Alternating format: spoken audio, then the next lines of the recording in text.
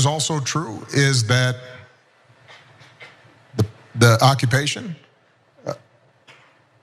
and what's happening to Palestinians is unbearable. There are people right now who are dying who have nothing to do with what Hamas did.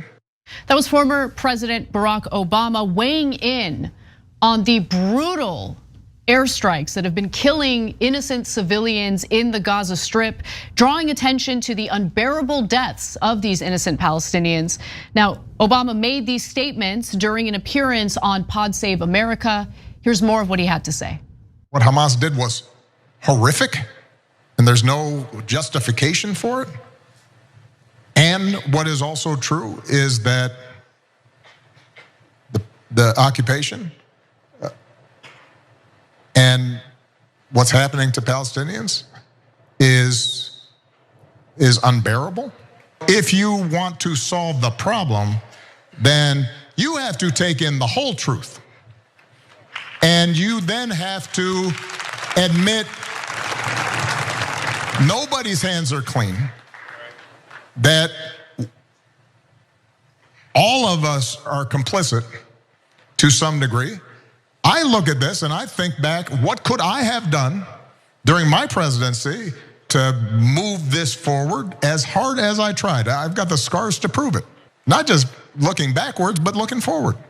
Now, typically when a former president comes out and says something that seems provocative or courageous, I'll be critical of them because it's like, hey, where was that courageous attitude when you were in charge? But to be fair to Obama, he actually had a notoriously frosty relationship with Israeli Prime Minister Benjamin Netanyahu because he was one of the few presidents American presidents who was willing to demand that Netanyahu pump the brakes when it came to illegal settlements and when it came to any brutality toward Palestinian civilians. And he also bumped heads quite a bit with Netanyahu when he secured the Iran nuclear deal, which I'll give you more details about in just a moment. Netanyahu did not want an Iran nuclear deal. Netanyahu has always been thirsty for war with Iran, and of course not to fight that war with just the IDF, but to pressure the United States to involve its own military in that war. So here's a video just kind of summarizing some of the issues they had when Obama was in charge. There's a fundamental sense of mistrust. He doesn't feel that there's much respect for American interests. And the prime minister looks at the president and considers him bloodless and insensitive when it comes to really understanding. By the end of his presidency, Donald Trump couldn't stand Netanyahu. He thought Netanyahu was disloyal and ungrateful for everything he had done for him. By the time I talked to Trump in April 2021, he was over Bibi. What a lot of people don't know is that actually in the first year of his presidency, and Trump told me this, his relationship with Palestinian President Mahmoud Abbas was very, very good. And it was almost like a father. I mean, he was so nice. Couldn't have been nicer. Now, the world and me, before I met with both of them, I thought it was the exact opposite. I thought the Palestinians were impossible, and the Israelis would do anything to make peace and a deal. I found that not to be true. And I find it very interesting and actually kind of surprising that, like Obama and Bill Clinton, Trump also came to the conclusion that Bibi was not sincere about wanting peace with the Palestinians. I think he just tapped us along. They just tap, tap, tap. I don't think Bibi ever wanted to make peace. It's good that we are now hearing people saying something.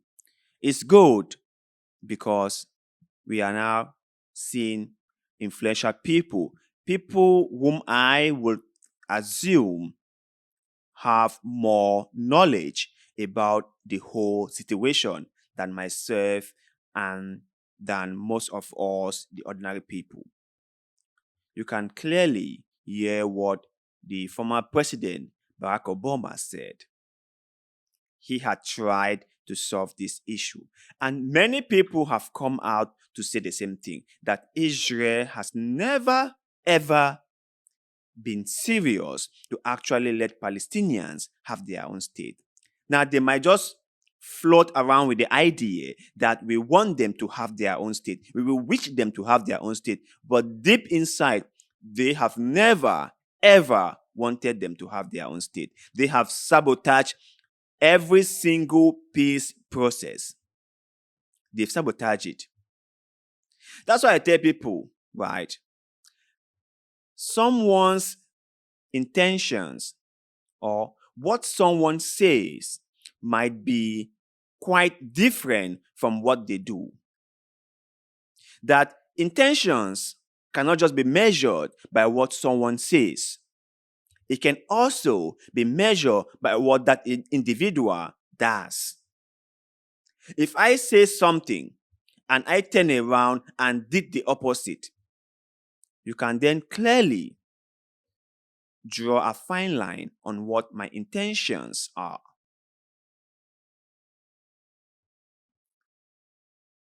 Israel has led us on that many times. But for some reason, we pretend not to see it, or we choose not to take actions. We kind of like feel like it was way more better if we just let everything slide. That taking a stand on this was something that wasn't gonna get us anywhere or wasn't to our own interest, so we just let it slide. If Israel has wanted peace, if Israel has wanted Palestinians to get their own state, they would have made sure it happened. Because remember, Israel is the dominant force in the area. Palestinians are losing the whole thing. They are losing territories. They are losing support. They are losing the narrative. They are losing everything. Even the Palestinian Authority do not really have any influence or any huge power in the area anymore. Like, they don't even have a huge army. They cannot even defend themselves. The people in Gaza, the Palestinians in Gaza, would rather be for Hamas, because at least Hamas is able to defend Gaza, to make sure that Israel do not encroach. Unlike the West Bank, where Mahmoud Abbas has been a total failure to the Palestinian people.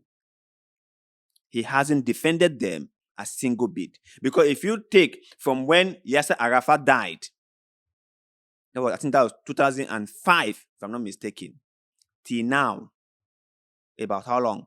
18?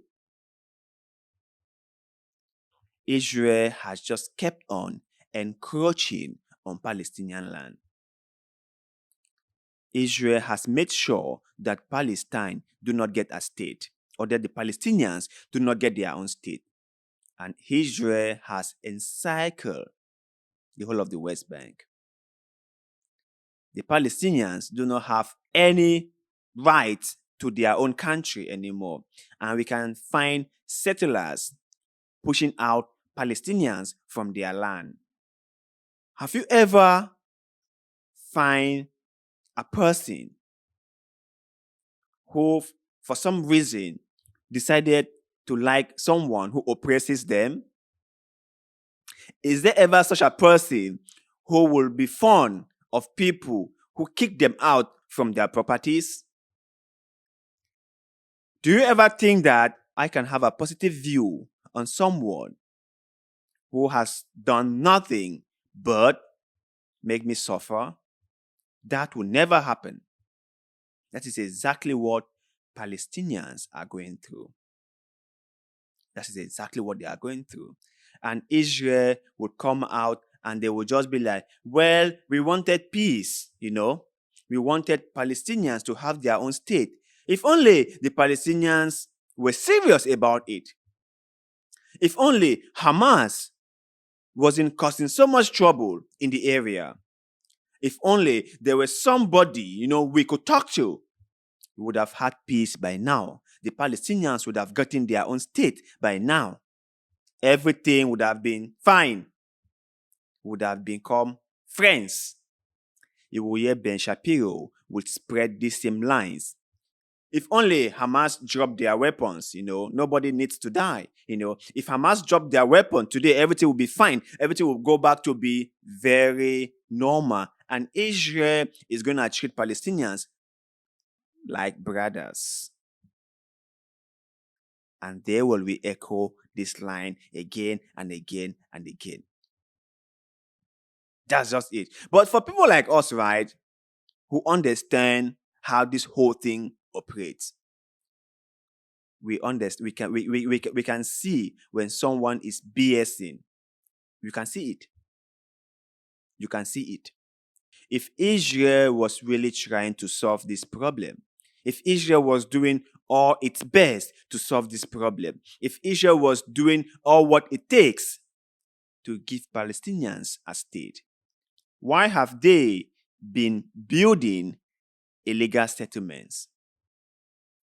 Why have they been building an apartheid state in the West Bank? Why are Palestinians being treated as second-class citizens? Let that sink in for a second. And then you can share your thoughts with us in the comment section below. Please, do not forget to like this video, subscribe to this channel. That helps us a lot, and we shall forever be grateful to you. So thank you, and see you in the next one.